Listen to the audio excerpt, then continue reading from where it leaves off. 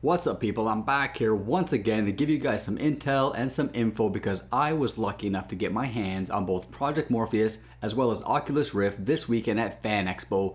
So I'm going to tell you guys about my experiences, what I liked and didn't like about the products, and give my overall opinion on which I thought was better based on the time that I had with them. So starting off first, I'm going to talk about Oculus Rift. So at the Fan Expo convention, they had 4 stations where people were demoing the device, and each station was playing the same game, which I believe was called Kart Racing Pro, and it's basically just a go-kart simulator. Now before trying out these devices, I wrote down a bunch of questions that people asked me, as well as some questions of my own, so I'm just going to go through them one by one and answer them each.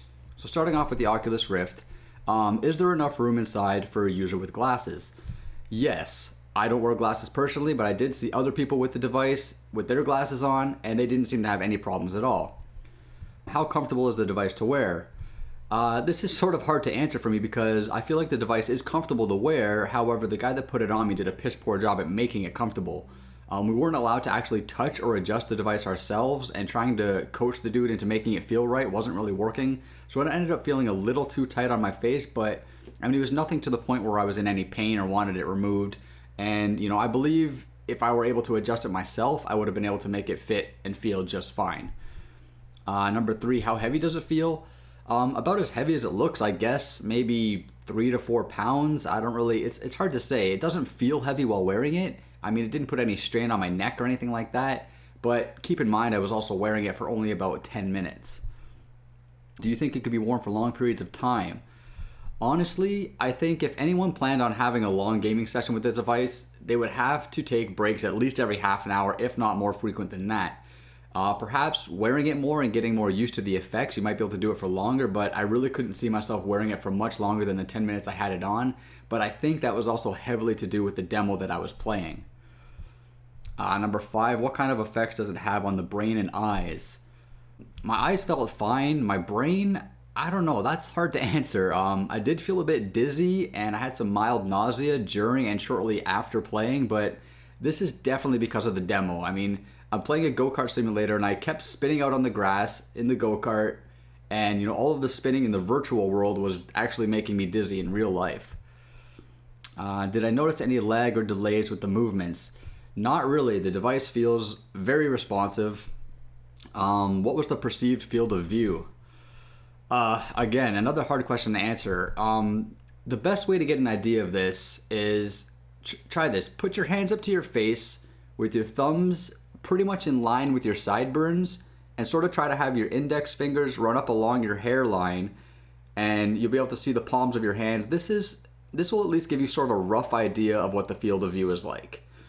If you think that sucks due to the lack of sort of peripheral vision or anything like that, I wouldn't worry about that, because keep in mind the image surrounds you a full 360 degrees, so no matter where you look, you see what's in front of you. So your peripheral vision really doesn't even come into play, and unless you specifically look for the border of the screen, it's really hard to even notice it.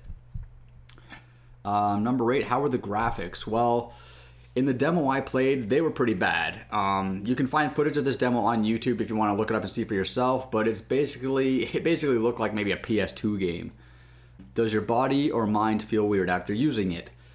I sort of already explained this. I did feel dizzy after using it, but I'm pretty sure it was due to the fact that I was spinning out on the go-kart. Excuse me. On a scale from 1 to 10, how immersive was the experience? I would have to say this is very immersive. If someone had put a fan in front of my face to simulate wind, I would have thought I was actually go-karting, so I'd give it probably a 9 for immersion. It's actually really impressive. And lastly, are you more or less interested in the device now that you've tried it? I'd have to say I'm more interested in it. If there were more demos to try out, you know, that would have been great. But the one I played did give me a good idea of the type of immersion that's possible with this device. And but yeah, that's pretty much all I have to say about Oculus Rift. So now let's talk about Project Morpheus. So much like Oculus, there were 4 stations to try out Project Morpheus, but unlike Oculus, there were actually 4 different demos to play. And I was able to get my hands on 3 of those demos. So the first one I played was a soccer simulator called Headmaster, and the goal was to use motion controls to headbutt the ball into the net. Now there was a bunch of targets with point values in the net, so you can aim at them for more points for a higher score or whatever. But directing balls to where I wanted them to go was definitely not easy for me, and I didn't really get the hang of it until towards the end of the demo. The immersion was pretty awesome though. It looked as if I was standing in the middle of a soccer field with a big net in front of me. For some reason, it was nighttime, so when I looked up, I could see a dark sky with stars and some clouds. And for some reason, there was birds flying around at night. I don't know why. But when I turned around behind me, I could see the rest of the stadium. It was pretty dark and sort of out of focus, as if all the lights were off. But the lights, around the net were all on, and that's what the main focus was, because that's the net I was scoring on. The demo consisted of about 5 or 6 different rounds, each with different targets and fun things added to them, such as a piñata and the ability to turn my soccer ball into a beach ball for extra bonus points. All in all, though, this demo just felt really lame, but the immersion was there, and that is what mattered to me the most. There was also this really weird feeling of seeing a ball heading towards my face and then watching it bounce off my head, yet not feeling the impact at all. Just kind of weird. But after that, I played the kitchen demo, which I will just say straight up, it's freaking creepy and scary as hell. It actually has some pretty realistic graphics, and once again, the immersion was very convincing. The overly creepiness and the entire vibe I got from it just reminded me of the PT demo. And if this is just a small taste of things to come from the horror genre in the field of VR technology, then I think I'm gonna have to go buy a pack of adult diapers just to be sure I don't soil my freaking couch. Yeah, it was scary. Lastly, I played the London Heist demo. It's the London Heist Getaway demo, actually. And although they weren't allowing videotaping of the event, I managed to get some sneaky footage of me playing it. Unfortunately, you can't see what I'm seeing, but basically I'm in the passenger side of a Jeep or truck or something like that, and we're speeding down the highway trying to get away from some bad guys. The bad guys end up catching up to us on motorcycles and in vans, and they start opening fire on us. So the driver of my vehicle passes me an Uzi, and it becomes my job to destroy all these assholes who are shooting at us. Once again, the immersion is great. I mean, obviously it's not 100% immersion because, you can't feel the rumble of the vehicle or the kickback of the gun. But as far as just visual, like sight and sound, it's pretty damn good. Like, the immersion is definitely there. Although, I enjoyed the vibe of the kitchen demo the most, I have to say that the London Heist Getaway demo was probably the most fun out of the 3. At one point, towards the end of the demo, I even pointed the gun at my own face and unloaded a whole clip. It didn't really do anything to me, but it made a bunch of people who were watching start laughing. Just kind of random. So that's pretty much it for the actual descriptions of the demos I played. So now I'm just going to answer basically the same questions I answered for Oculus Rift, but instead for Morpheus this time. So starting with the first one. Is there enough room for a user with glasses? Again, I don't wear glasses myself, but I saw other people using it with their glasses on. Also, upon just looking at the device, it seems like there's more than enough room inside for people to be wearing their glasses comfortably. How comfortable is it to wear? This device is very comfortable. It fit very nice on my head. It felt snug. It felt secure. It wasn't too tight, but that's probably mostly attributed to the fact that these people put it on me right. Again, I wasn't allowed to touch it or adjust it myself. How heavy does it feel? Very similar to Oculus, maybe 3 to 4 pounds. However, again, it's not really noticeable at all. Do you think it can be worn for long periods of time? I definitely felt like I could have played these games much longer than I could have the Oculus demo, but in all fairness, none of the Morpheus demos had me spinning around.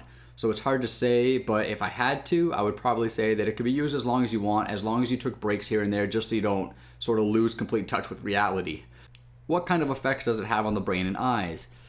Based on the demos I played, I would say absolutely none, except for being petrified and frightened in the kitchen demo. Did you notice any lag with the movements?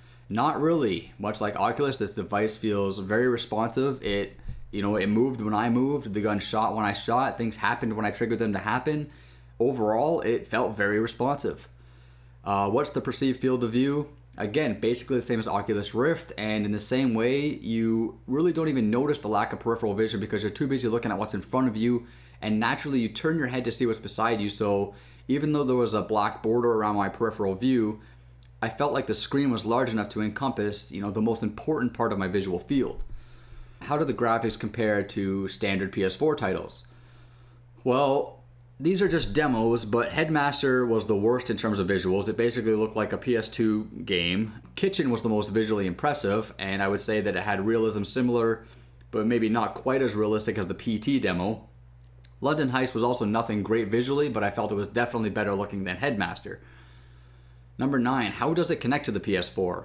I couldn't see. There was a wire that went from the device into a closed box that was housing the console, and speaking of the cord, I didn't even notice the cord at all, while using it, and I honestly don't even know where the cord was hanging down. So for anyone worried that the cord might be cumbersome or something like that, I don't think it's going to be an issue. And also, the reason I bring up how it was connected to the PS4 is because some people, including myself, have seen images of another mysterious-looking black box between the device and the console that could possibly be some sort of maybe power amplifier for the device. But as I mentioned, everything was inside a big box, so I couldn't really see what was going on in there. Does your body or mind feel weird after taking it off? Not really.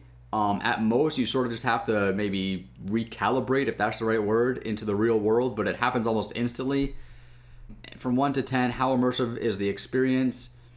Well, I mean, you can't feel it when something impacts you. You can't feel gun kickback. You can't feel wind or other elements like that, but you do get a sense of being somewhere else, and it really is sort of a surreal type of thing. So like Oculus, I would say 9 for immersion. I mean, it puts you somewhere else. Lastly, am I more or less interested in the device now that I've had a chance to use it? Definitely 100% more interested. I really didn't learn anything too much more than what I've already known about it, but now that I've had the chance to try it for myself, I can honestly say that people have not been exaggerating when they talk about how cool it is. Sony is not exaggerating when they say they're making something special. I mean, this is a device that should be on people's radars for sure. So yeah, all in all, what does virtual reality actually feel like? You may think this is a nearly impossible question to answer and explain to an audience, but I feel like I sort of came up with a pretty accurate way to describe it to someone who's never done it before. In a lot of ways, you could say it's like dreaming, because in a dream, you could be in a totally different place and you can be walking, running, driving, flying, swimming, all sorts of other things, but your body isn't actually moving at all. Virtual reality is very similar to that. It's basically like dreaming while you're awake.